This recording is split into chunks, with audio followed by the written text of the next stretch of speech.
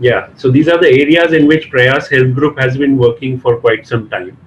And I was talking about, next slide, about the research project that we recently did with young people called Youth in Transition. Go to the next slide, please. Yes.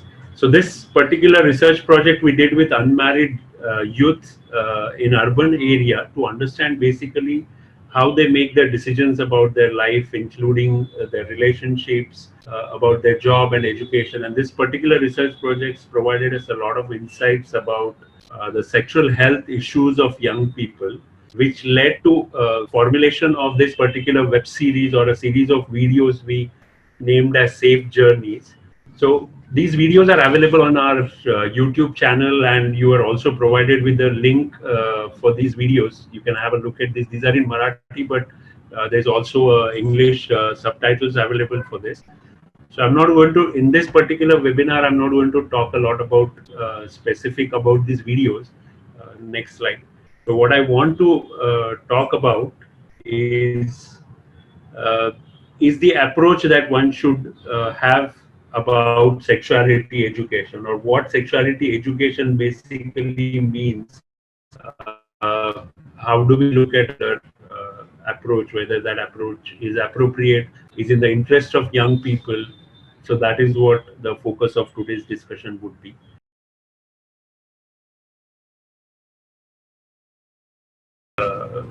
Think for 30 seconds and answer what do you think about it. Whatever is your idea of sexuality education, stick to that idea and just answer. What do you think if sexuality education program encourage teen to have sex, or giving them this kind of information is giving them the green signal to experiment? Yeah. So the second question is, sexuality education program must tell everyone about abstinence from sexual activity till marriage. What are your answers? We all are on a common place that we are not debating or discussing whether there is a need for sexuality education or not. We clearly agree, understand the importance, and we know that from a lot of research, it has been proven that sexuality education programs are helpful in improving the well-being of young people, building their values, right kind of attitudes, and helping them to also protect themselves from the negative side of sexual behaviors. So we all are on the common place.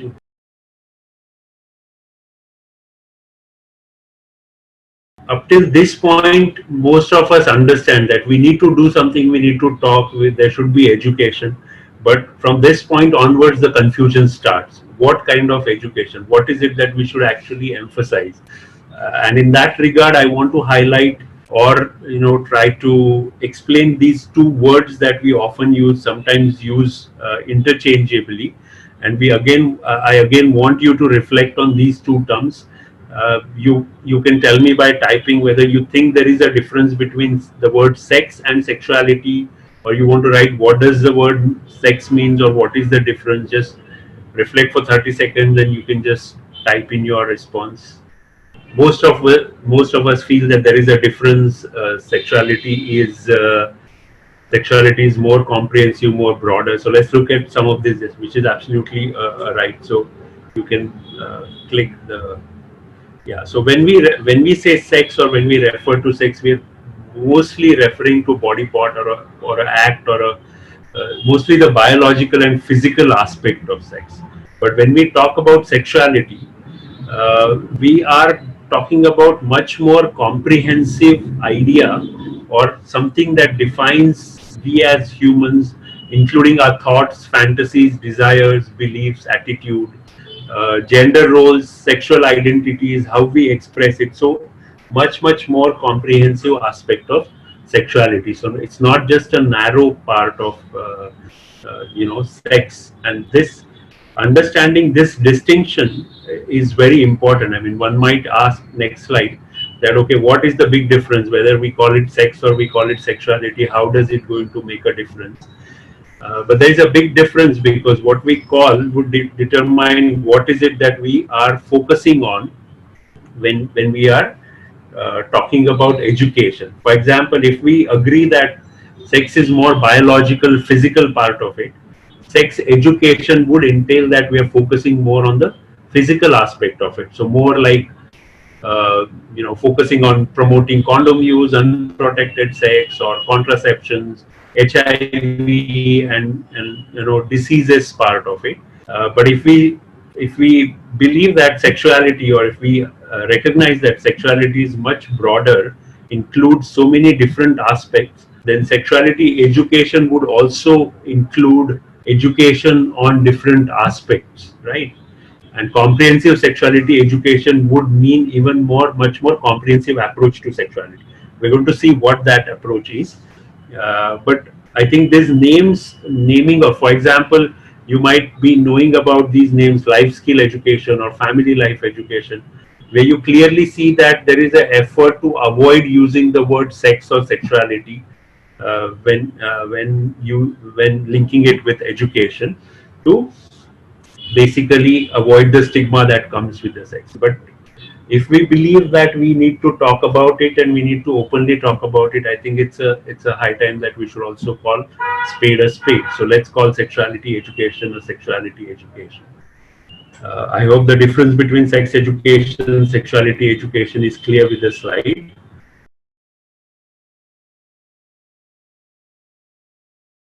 Sexuality education. And by comprehensive sexuality education, it is, of course, a sexuality education, which means we are going to not only include the physical aspect of education of sex, but much more about the emotional, psychological, social aspects of sexuality.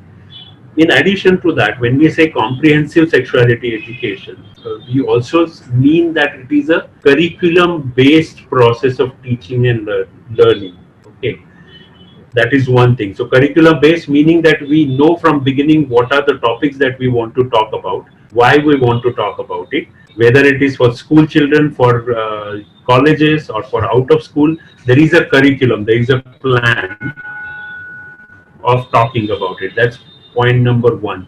Point number two, it aims to equip children and young people with knowledge, skills, and attitudes and value. Now, why this is required? Because to empower them to achieve their health and well-being, as well as develop respectful social and sexual relationships. Okay, so these important aspects, like it's a curriculum based, it aims at equipping or aims at building the abilities of young people to improve their well-being, is an important component of comprehensive sexuality education.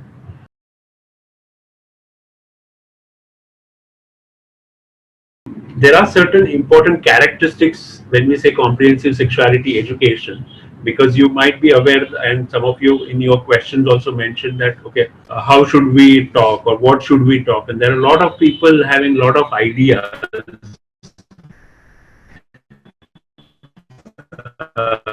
in which sexuality things are inappropriate to say or should not be said. So when we say comprehensive sexuality education, one of the important stand we take is that some of these essential characteristics. For example, it is scientifically accurate. So science is the backbone, or the founding pillar. Now, by incremental, what is meant by is that, like any other education, it builds on the knowledge that was given previously. So you introduce certain concepts to young people. You introduce more complexities as they grow up. So it's incremental in nature. Of course, it's appropriate to age as well as the understanding of a particular person. We discussed that it is curriculum based, it is of course comprehensive, and it's based on human right, rather than taking an approach whether it is culturally appropriate, whether it is sanctioned in the religion or not. The approach that comprehensive sexuality education takes is a human rights approach. So these are very essential characteristics of a comprehensive sexuality education. Now, one might wonder, if someone wants to do a comprehensive sexuality education in the school or college, how the curriculum would look like. What are the topics, or what are the issues that one needs to talk to in order to deliver a comprehensive sexuality education?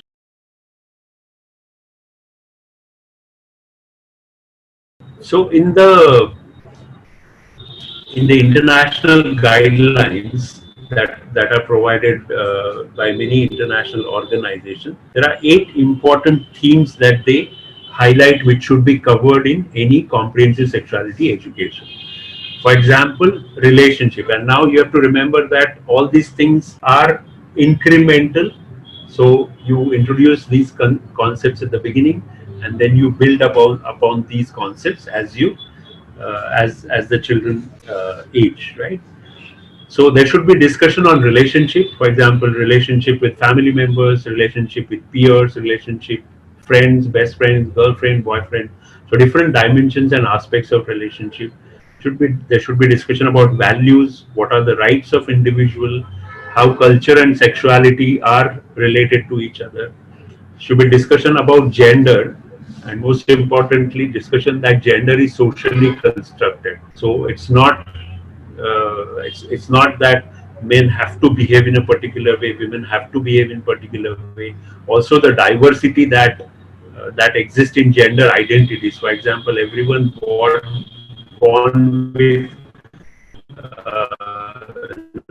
biologically male need not be a man, need not act different than the physical sexual characteristics that a person has. All these aspects that needs to be covered and discussed. Uh, Very important aspects of violence and staying safe. Of course, discussion about what is consent, what is violence, different expressions of violence, and what people can do to protect themselves. Skills for health and well-being, again a part on how you can protect yourself from not just avoid diseases, but also how you can improve your well-being and stay healthy. There should be discussion about human body, so the anatomy, the physiology, how body develops, and with age how changes happens in the body. Again, a very important part of comprehensive sexuality education. The actual behavior, feeling, fantasies, all these things would come in sexuality and sexual behavior. And then certain sexual and reproductive health issues like contraception, pregnancy, how the babies are born, and things like that. So this roughly is how a comprehensive sexuality education curriculum would look like. These would be the things that would be expected to be covered in this module of comprehensive sexuality education.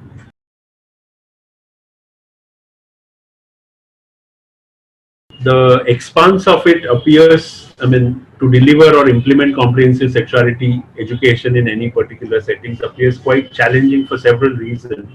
A lot of the time, educators feel that they don't have enough training or skills to talk about it. There are no human resources. They're already overburdened with the commitments. Many of the time, that there's also personal discomfort about the topic. So how can we talk about such tabooed or sensitive topic? Uh, because we are also part of the same society, same culture. Uh, to some extent, to address these issues, there are people who have developed certain tools to make this process easier.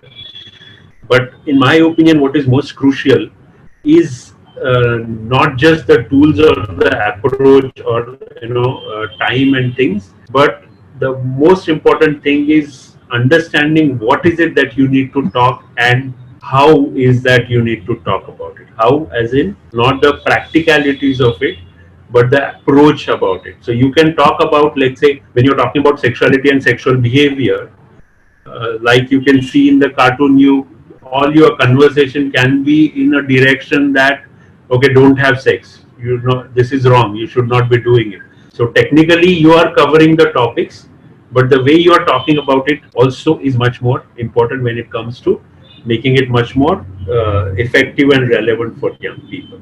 So how do we decide the approach that we have, is it appropriate or not? What are there any guiding principles for that?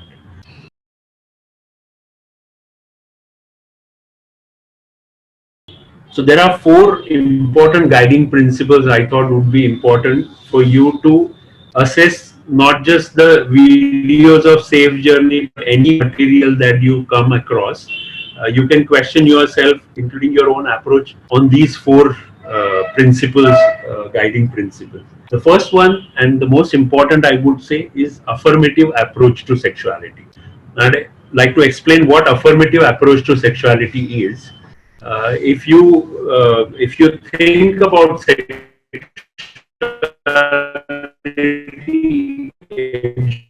education, most of sexuality education heavy and other sexually transmitted diseases in India, and more recently about the sexual gender-based violence and sexual abuse that is happening and being reported in media.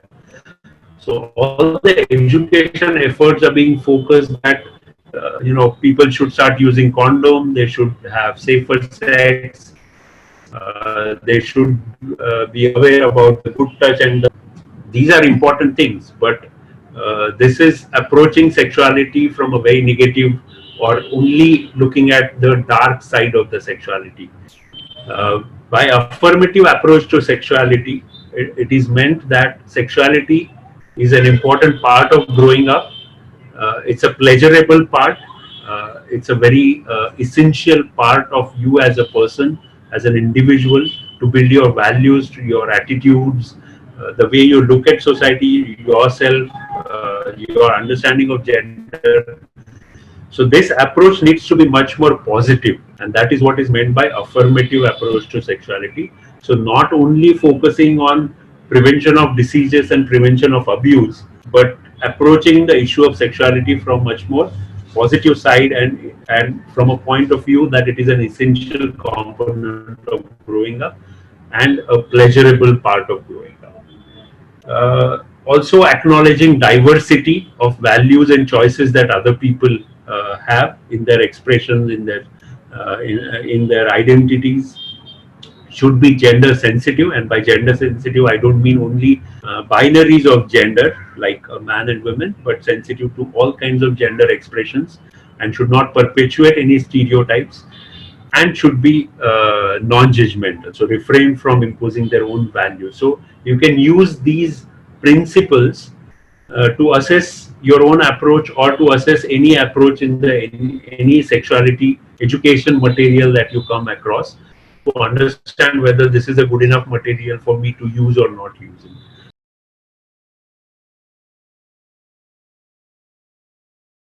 Yeah, so this I just a recent incidents I thought worth sharing to when we are talking about when to start talking. So I got a phone call from a teacher uh, asking, can you come and talk to our 11th standard boys about how to respect a woman.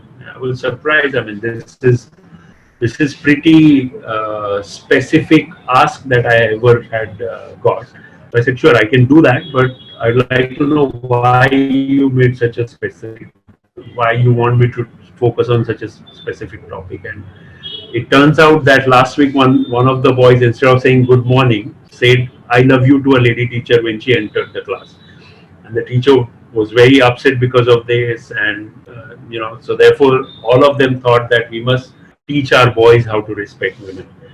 And this was, I think, many of the time either this kind of incidents or some other incidents, people seeing boys and girls mixing too much, or there is some or the other form of a problem that they see, is the time when they realize that we must teach our boys and girls, if they think at all beyond menstruation, to educate about sexuality education. And this, what I call, is as a knee-jerk reaction.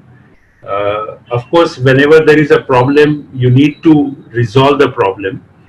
Uh, but this is definitely not the affirmative approach to sexuality. Okay, if you think that boys and girls should develop into a responsible human being with respect to sexuality, the sexuality education needs to start much earlier. I'm sure there might be a lot of such incidences you might be, as an educator, teacher, you might be familiar with, and that there will be a number of stories, much more than what I have to share. Next slide. So coming back to this question of when should we start talking, in my opinion, the answer is very simple. But it's simple only if we believe that our approach should be affirmative, and our approach should be incremental. So it's not that after menstruation you just talk about menstruation and your job is done. That's not the idea. The idea is that uh, you talk and introduce about multiple things as and when children starts asking about these questions, and this could be in many children could be at a very young age. At the age of 5 or 6 they start asking about questions about their own bodies, the differences between their body and a body of opposite gender person. A lot of curiosity around that. So I think that is the time when you should start talking to young people or to children about issues related to sexuality.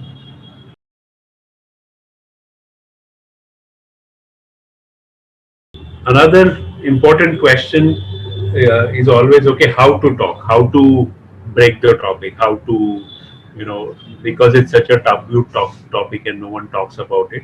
Of course, it's not very comfortable to talk, but there are no ready-made answers. There are no magic bullets.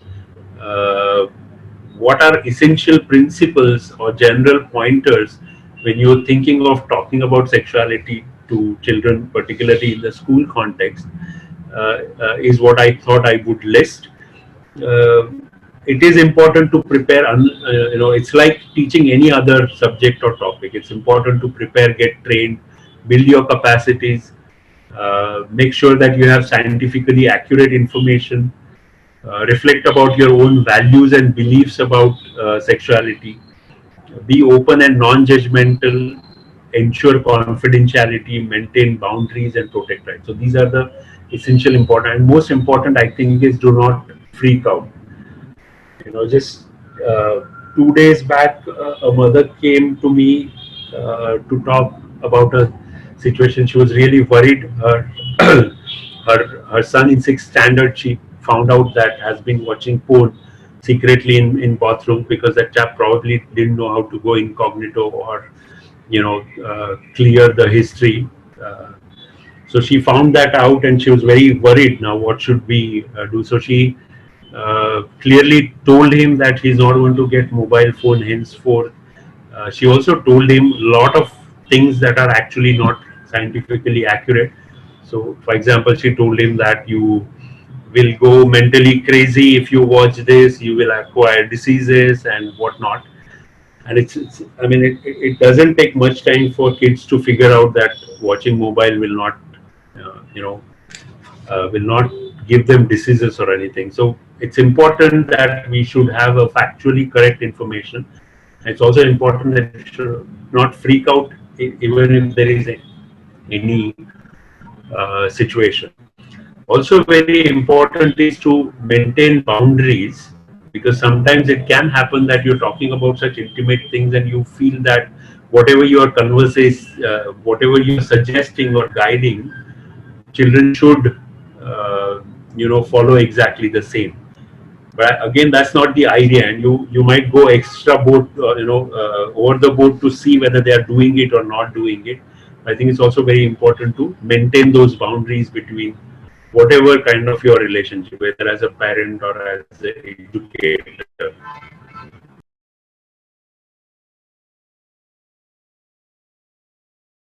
There are of course certain tools that you can use which can facilitate your conversation with the child. It could be images, drawings, diagrams, audio visual material, and sometimes you can also use the news that keeps on coming in. Everyday newspaper, there are news about sexuality, whether it is about Me Too campaign, honor killing, child sexual abuse, or love relationship and abuse within those relationships. So all these can be an opportunities to initiate conversation with young people and give them, based on of course their understanding, their age, provide them appropriate information about different aspects or different components of sexuality education. The image on the right side is just to show that at Prayas we had compiled India specific audiovisual material which is related to sexual health. So covering different topics right from menstruation to masturbation or growing up issues and all. And this is available on our website for free download, which provides different resources for sexuality education.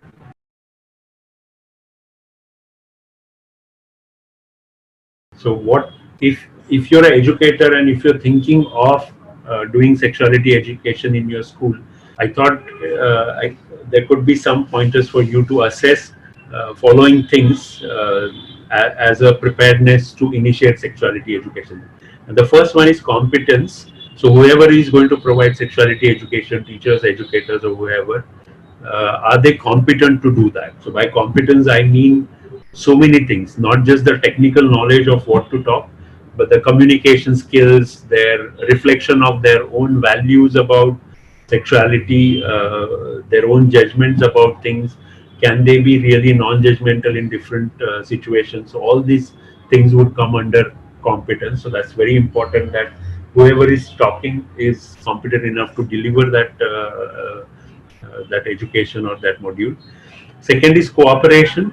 So cooperation from institution also, so institution heads, other people, other teachers, parents, are they cooperative enough? Because without that cooperation, you might just face a lot of resistance from them to deliver, and then it cannot go the way it should go in terms of becoming comprehensive, taking more affirmative approach to sexuality. So cooperation is also very important.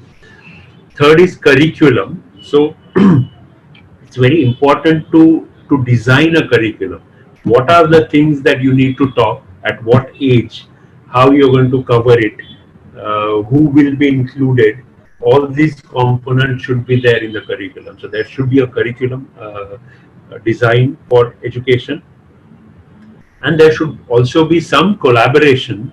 Uh, uh, there should be some collaboration with organizations in case you need anything. For example, you're delivering sexuality education and you come to know that there are children who are being abused at home or in other contexts.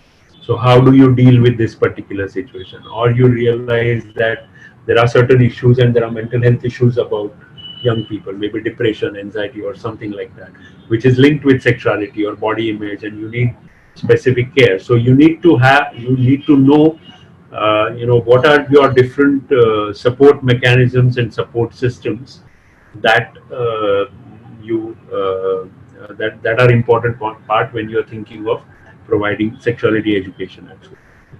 I just read a question how often you should talk to your children. So I think that again would be a component that would go into a curriculum. There's no set frequency which is there. A lot of people have experimented with different things. The most important part is feasibility. Uh, Definitely, it is clear that one-time sessions don't help much. So there has to be a continuation. There has to be a continuation in terms of the age gradation. For example, if you're doing a lecture in fifth grade to introduce basic concepts and the language and everything, then as the grade progresses, you would increase more complexity or add new topics to it. So long as you are able to cover comprehensively the issues that we discussed, the frequency need to be decided based on the feasibility of what is possible, what is not possible in a given context. So that's in a nutshell from my side about a very quick introduction to comprehensive sexuality education.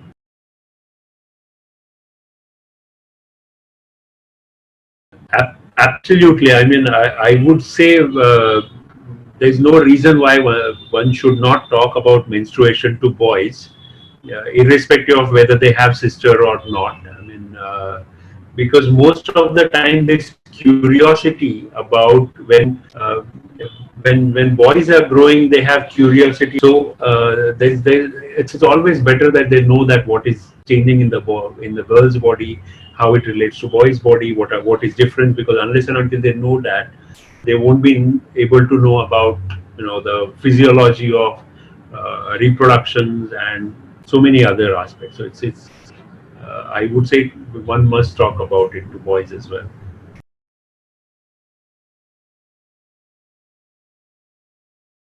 Yeah. So there is a organization called Tarshi in Delhi, and the report or one of the paper on sexuality education that was shared was from Tarshi.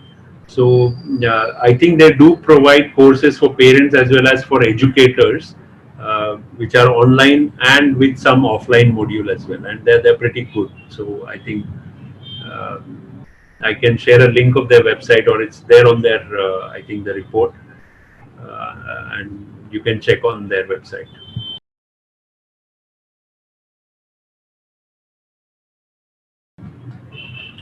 That's a huge question, and I mean there are no direct answers to it. You have to assess. Sometimes people are open enough to understand why you are saying about a particular topic, but sometimes they are not open, and you can't do about it. For example, even in a country like US, uh, the current president doesn't believe that abortion should be a right of an individual. So, I mean, it's a very difficult question to answer. But you have to, if you are convinced, you can find a language that you can use to communicate it to other person. You may succeed, you may not.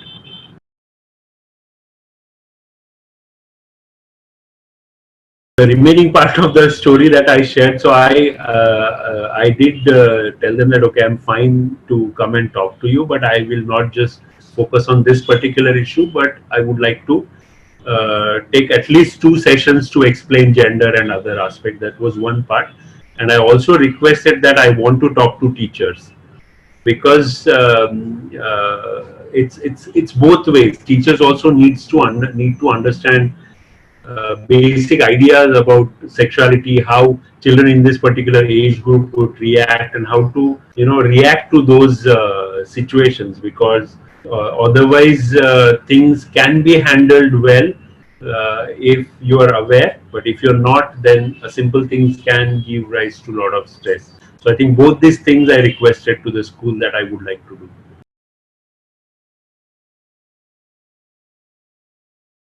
Again, no bullet points for that. But gender bias at what age, among whom, from whom, all these things would matter.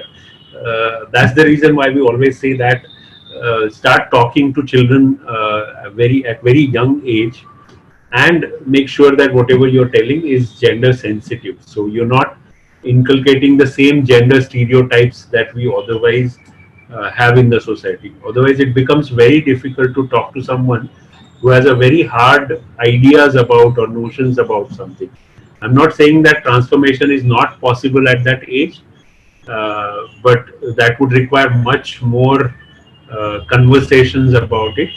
One important thing when you talk about gender is essential is to talk about how gender is socially constructed. So it is not a given prescribed thing, but we are on a regular basis, we do keep on constructing the ideas about gender, about masculinity, about femininity. So that social construction of gender and the power that is associated with gender needs to be I think highlighted to to talk about gender bias.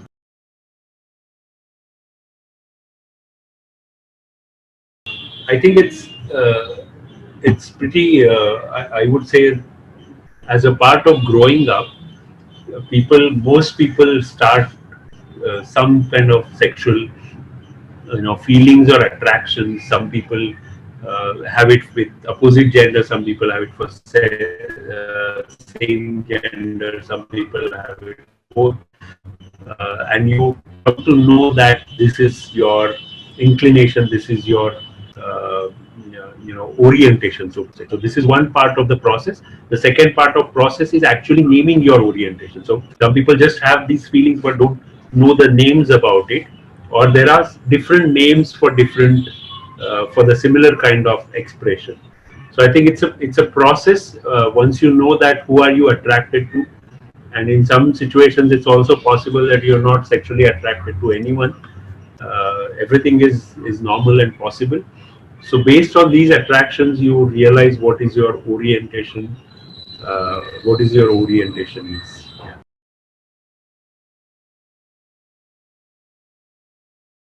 I don't really agree with the first part of the question, that overuse of technology is leading to early puberty, because puberty is largely a biological process. Like when one starts a puberty, other biological factors like good nutrition, diet, and other things can lead to early puberty compared to their generation, but definitely not overuse of technology. But I agree with the part of the question that because of the technology, lot of young kids are also asking questions without knowing what they're asking, or what those words mean and all. And my simple response to it would be, you just explain them matter of factly and scientifically accurate information, provided that they are at least old enough to understand what you're saying. So if you're really talking to someone like in first standard, it has to be a very simple thing, which the kid from the first standard can assimilate. Okay, so what I want to stress is, don't discard these questions. Is the point? How you have to talk about is based on what is the level of understanding of that particular person. But don't just say that, okay, you will know about it when you grow up, because that will never help the person to remove the curiosity.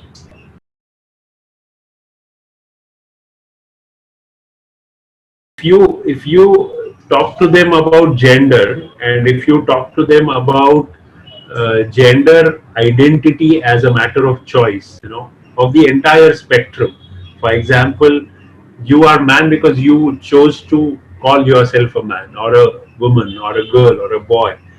In the same way, there are people who don't feel that they are either man or a woman, they feel that they are transgender. So I think if you explain the whole spectrum, then there is nothing specific about transgender that you need to explain. The basic idea is that you explain gender and gender identity as concepts, which will take care of it.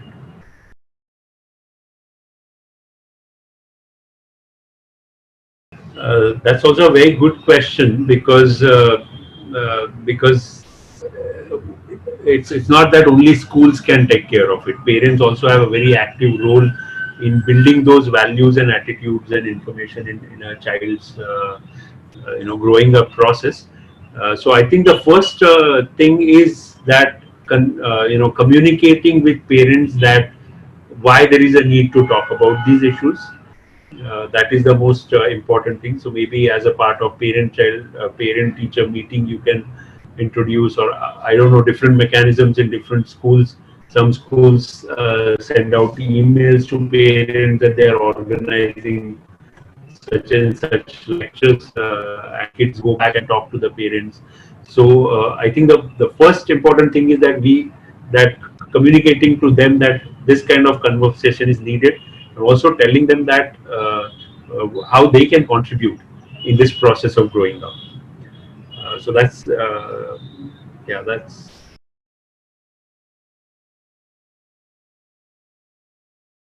limitations. I would say one is because if the class strength is too high, then it's very difficult sometimes to address the questions and concerns of different people.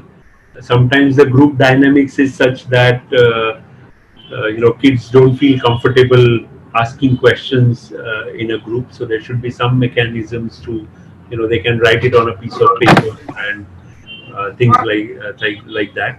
Certain questions, if you feel, I mean, I'm more for taking sessions, joint sessions, so boys and girls together, because there is nothing that you should say that okay, this is something that boys should not understand, this is something that girls should not understand, or things like that. But if that is really not possible in your setup, then you can have some mixed sessions, some separate sessions. So that could also be one of the limiting factor. And I think the amount of time that you can spend on these modules in schools is one of the biggest challenging or limiting.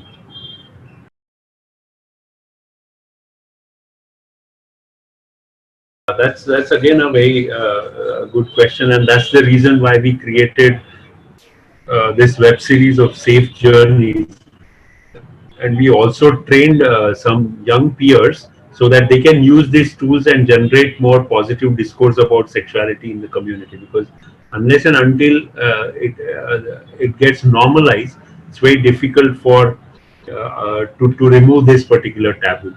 So I think more efforts, not at just at the level of individuals, but also at the levels of let's say government, because in many states the government is has not included sexuality education as part of their school curriculum, or even if it is there, it's very limited to the biological part. So some efforts, advocacy efforts at the level of government to include that, more individual efforts to talk about it, are the two important ways. And more tools and such kind of webinars, discussions that we will have, uh, we will be able to reach out to more audiences.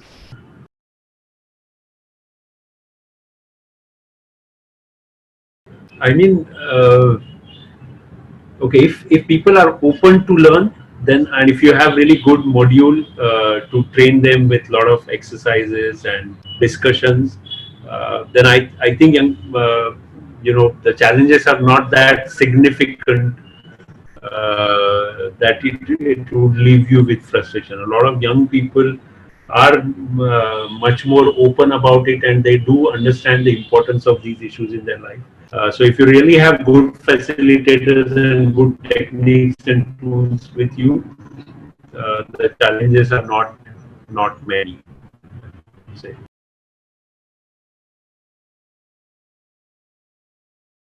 So the international technical guidelines on sexuality, comprehensive sexuality education, prepared by UNFPA, WHO, and other agencies that we had shared as a part of resources, that gives you a good evidence-based, authentic, accurate information along with other references as well. You can have a look at the web page of Safe Journeys, and we have also listed other resources there.